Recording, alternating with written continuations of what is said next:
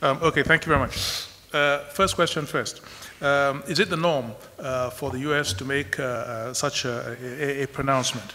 Now, we engaged the US on this, and their response was that they are obliged to put out those kinds of statements, normally travel advisories, but in this case it was an alert, but they said that they are obliged to for their citizens, and that the advice, the alert was really for their citizens, that they do it around the world. As you know, they did it also in South Africa in this particular case. But of course, we are used to US travel alerts, travel advisories, as the DJ NIA drew that distinction between the two. And so they said for them it's a constitutional obligation. So that's their position. And of course, on our side, coming to the next question from Arise about coordination and how. But this also, I think, answers the first question and the second question. We want to, ordinarily would have liked to been able to coordinate with them, because as you can see, a lot of panic has been spread. So you have to look at the purpose of this kind of an announcement, and then you also have to look at intelligence sharing and the best use you can make of shared intelligence, and strike that balance. So the coordination I'm talking about is about messaging, how you get the message across, the narratives that we put out there, and also while at the same time, reassuring, other foreign missions and so forth of the steps that are being taken by our security services and so forth. So in other words, the coordination we look at it as we should all be on the same side. These are our partners. We should all be working together to address common threats and common challenges, and to do that effectively. And I think coming back to that first question, we don't want to take each other by surprise, because then we begin to defeat the purpose, of the whole exercise. Third question was about which foreign partners are we working with. All the foreign partners, all the missions that are represented here in Nigeria to start with, because we as a country have the prime responsibility to safeguard the diplomats who are residing in our country and to ensure their security. And so we have to engage with all these foreign partners, and also with the security threats that we face as a country. We have a lot of partners that are working with us to address those security challenges, right across the country. So so it's really all our friends, essentially, that we are working with there, all our foreign partners in this case.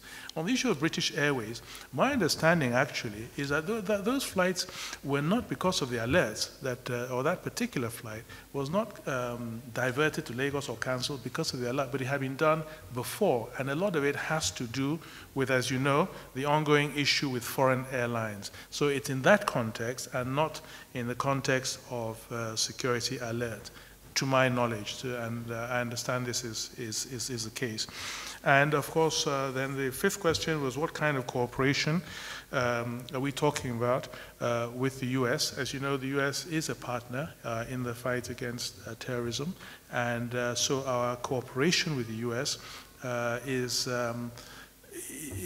very comprehensive and very cross-cutting, so there's all kinds of cooperation. It really is comprehensive, our cooperation with the U.S. and it's it's a cooperation that we value, and that we will and that we should continue to promote. And what engagement is it specifically? I think I've sort of answered that as well. The level of our engagement is across the board. Right up from sharing intelligence. We're engaged on that, and the emphasis that we should put in different areas.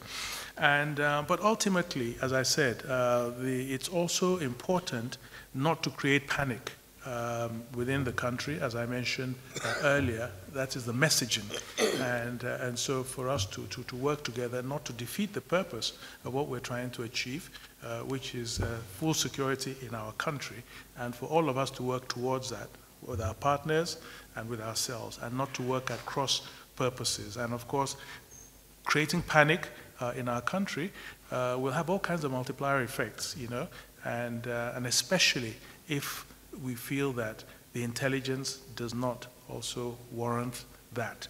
So this is it. Thank you.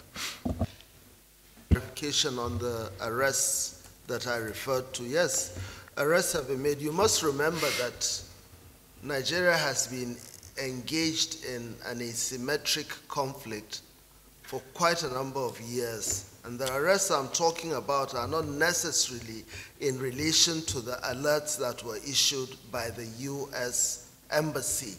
These are in relation basically to ongoing operations being conducted by the Nigerian Armed Forces, intelligence and security agencies.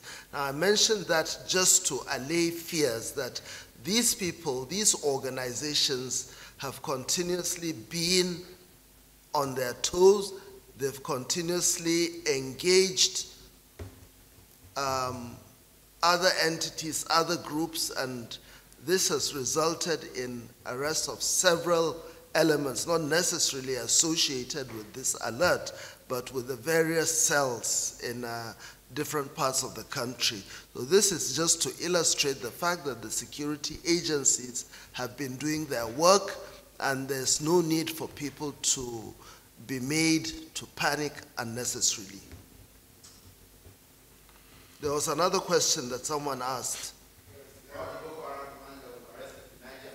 Sorry?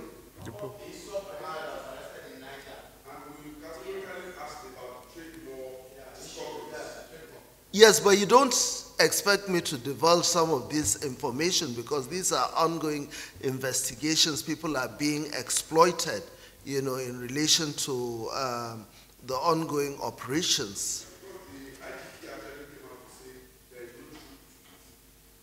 Well, I don't know what the IG said, but I'm just telling you what I know as the National Security Advisor.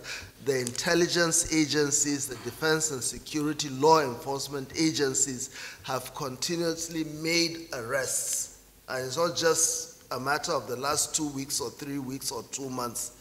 For the last couple of years, they've been engaging these entities, and they've been using every opportunity to get as accurate a picture of the security situation as possible.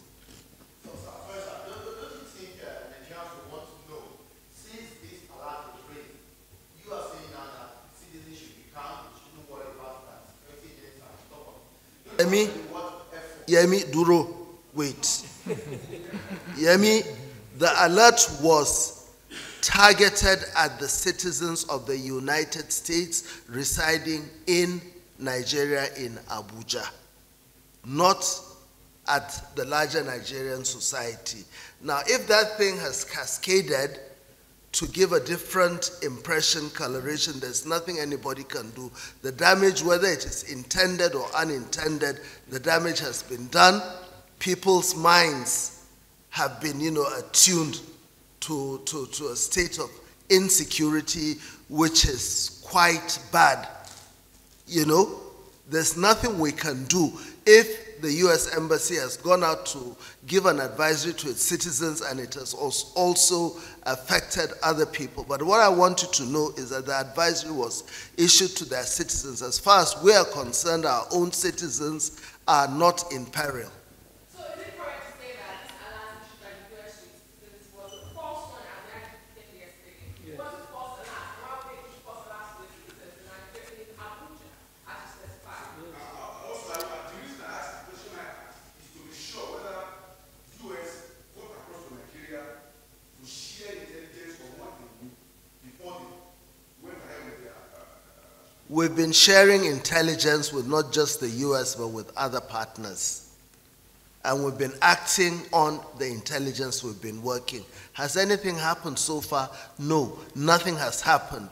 But they went ahead to issue this advisory to their people. And of course, the connotations are there. They could have various reasons for doing that. This is the first time it is happening. Come on, this is the first time it is happening. Where also, I don't have that crystal ball to know what is working, the workings of their mind, but the truth is that the alert was for their own citizens.